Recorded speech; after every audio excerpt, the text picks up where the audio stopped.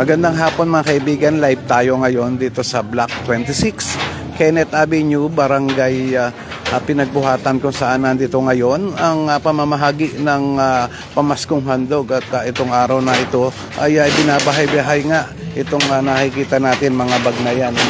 Yan ay kinukuha sa staging area at dinadala nga sa mga iski-iskinita dito sa lugar ng Kenneth Road, Barangay Pinagbuhatan. At nandun nga sa bandang harapan natin ang ilan sa mga namamahagi ng pamaskong handog galing sa Pasig City LGU, no?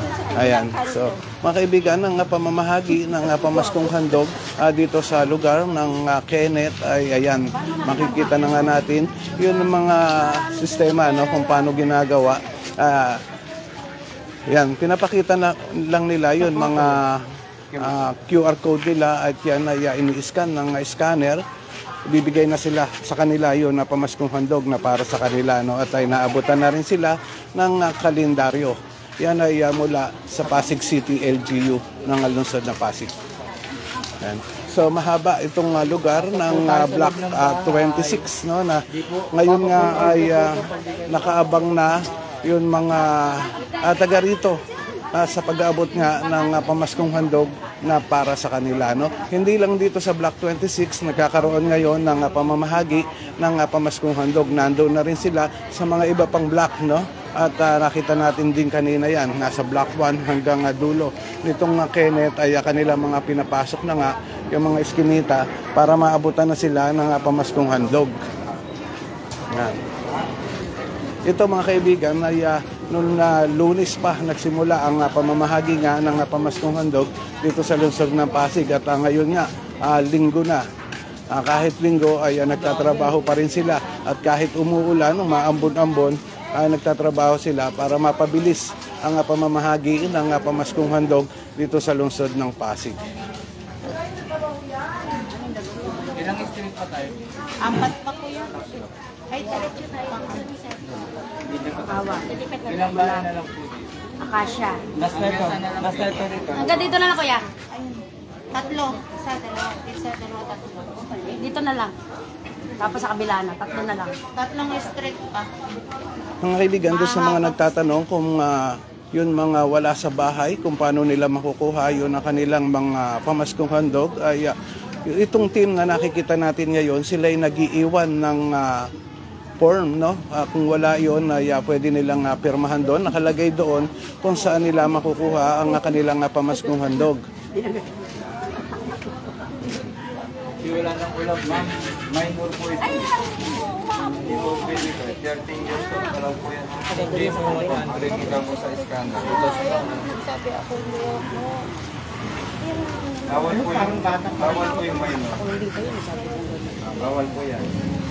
So mga kaibigan, itong pamamahagi na pamaskong handog na ito ay isang bag bawat sa isang pamilya. Yan ang required talaga, no? Hindi yun para sa lahat ng may hawak ng QR code. Kuwari ang isang bahay ay mayroon 5 pamilya na nakatira, so 5 pamaskong handog din ang kanilang matatanggap.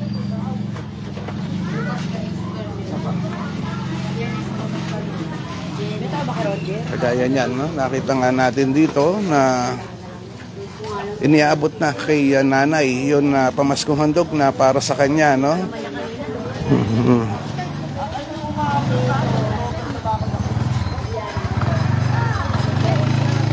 Alam mo kaya na, Roger?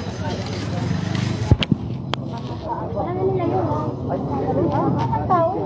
Ano ko na nga, parang. Ayan, no? Ate, magandang hapon po, ano? Ilang pamilya po kayo dito? 3 pamilya, so 3 bag din po ang nakuha niyo pamaskong handog. Ano po masasabi niyo ngayon kay Mayor Vico Sotto, nakatira kayo dito? Maraming salamat po. Ayan po. Ay, maraming salamat din po sa inyo. Ayan. Maraming salamat po. So dito, ayan, no? Ini-scan na nga dito sa kabilang bahay naman. Yun mga QR code nila. At mamaya, maiaabot na nga sa kanila yun kanilang mga pamaskong handog. Nakakatuwa at kahit umuulan ay naiahatid yung mga ganitong tulong mula sa city government natin sa pangunguna nga ni Mayor Audi Casada. Sarado?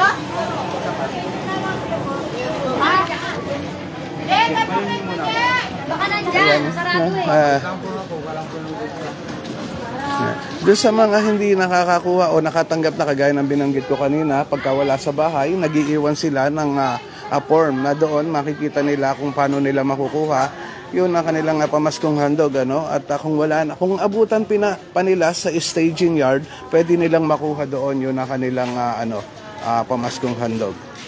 Pakita lang nila yun ang kanilang dalang form na iniiwan nga nitong mga team na ito para makuha nyo yun na pamaskong handog na para sa inyo. May pamilya na po ito siya, no? Ayan, no? Gaya nito, kaya kahit umuulan talagang dinadala nila yon na mga pamaskong handog, no? Itong mga grocery pack. So ito, nakita na nga natin dito yung mga iba pa natin mga kaibigan na dati nang mga nagdadala ng pamaskong handog, talagang ibinabahay-bahay, ano? Kaya kita nyo, nakakapote pa si ate kahit umaambon-ambon, talagang tuloy ang pamamahagi nito.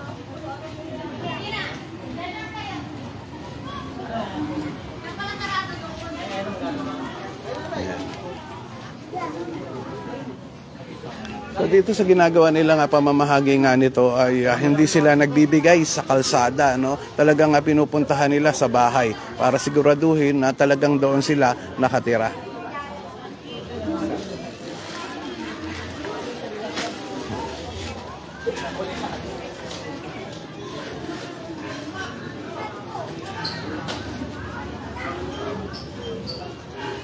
Itong Block 26 na ito, mahaba ito, no? Kaya naman ito ay pupuntahan nilang lahat para nga makatanggap lahat ng biyaya mula sa city government ang mga taga rito.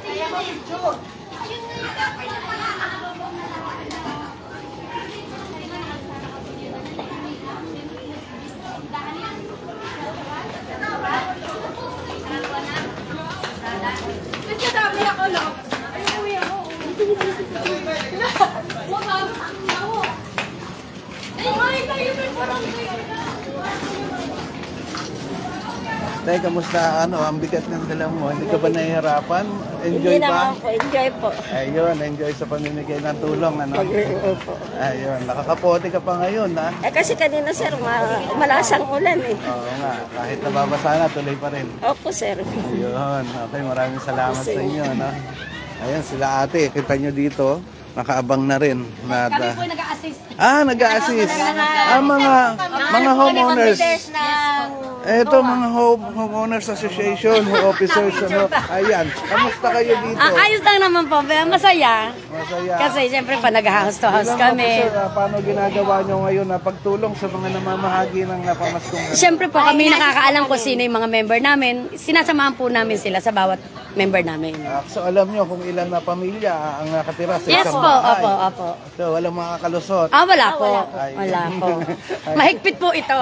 Ayun, mahigpit daw yun na officer dito sa lugar ng ano tong lugar na to? Block 26. Block Tama. 26 po. Sun Village po kami. Sun Village. Ayan.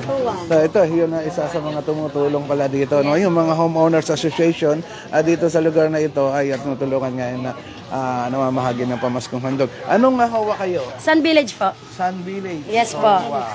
Ikaw presidente siguro. Hindi po, secretary po. Secretary ikaw. Board. Ito po, Board. treasurer namin. Ito, treasurer. Nasaan ang presidente nyo? May pinuntahan po. May pinuntahan. Dito bahay nila. Ayun. Binibigyan ngayon. Yan po yung Ayun. ito po ang nakatirang presidente. So, ilang pamilya meron dyan? Marami po kasi nangungupahan, nasa taas. Nangungupahan nyo. Malaki pala ito, mataas pala ito. Ano? May kabila pa yan na nandun sa taas. Hanggang third yan. Okay, sige. Maraming salamat sa inyo sa pagtulong nyo sa pamamahagi ng pamaskong handog mula sa Pasig LGU. Ayan. Okay mga kaibigan, ito nga yung mga nakita natin na kaganapan ngayon araw na ito dito sa Block 26 Kenneth Road, Barangay Pinagbuhatan, na kung saan dito namamahagi ng pamaskong handog ang mga empleyado ng city government natin. Hanggang dito na lang at maraming salamat sa lahat ng mga viewers natin ngayon hapon ito.